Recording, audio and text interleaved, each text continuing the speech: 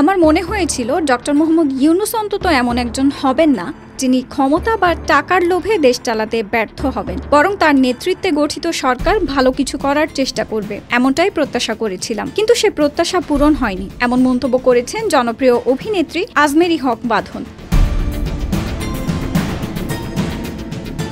সম্প্রতি এক বেসরকারি টেলিভিশন চ্যানেলে সাক্ষাৎকারে তিনি এসব কথা বলেন। বাঁধন বলেন, এই সরকার গঠনের পেছনে জনগণের এক ধরনের ভালোবাসা ও আশা ছিল, কিন্তু বিগত 1 বছরে সেই আশার স্থানে এসেছে ভয়, হতাশা এবং একটি মব কালচার।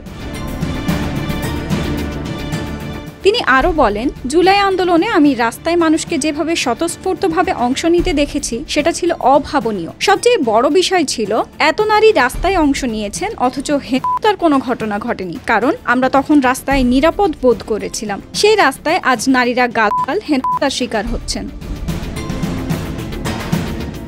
তিনি উদ্বেগ প্রকাশ করে জানান, এখন এক ধরনের কালচার তৈরি হয়েছে যেখানে নারীদের গালি দেওয়া হয়, সভা সমাবেশে অপমান করা হয়, ভাস্কর্য ও মাজারে হামলা হয়, এমনকি 32 নম্বর বাড়িও রেহাই পায়নি।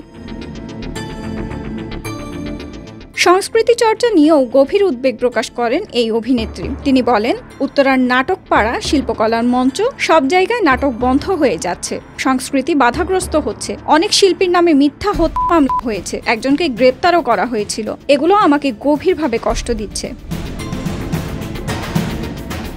সাক্ষাৎকারের শেষ দিকে বাঁধন বলেন, এসব ঘটনা আমাকে আশার কোনো আলো দেখাচ্ছে না, বরং মনে হচ্ছে আমরা একটি বিভৎস ভয়ঙ্কর সময়ের মধ্যে ঢুকে পড়েছি। এই সরকারের কাছ থেকে এমন আচরণ, এমন আইন শৃঙ্খলার অবনতি, এমন অন্ধকার সময় প্রত্যাশা করিনি।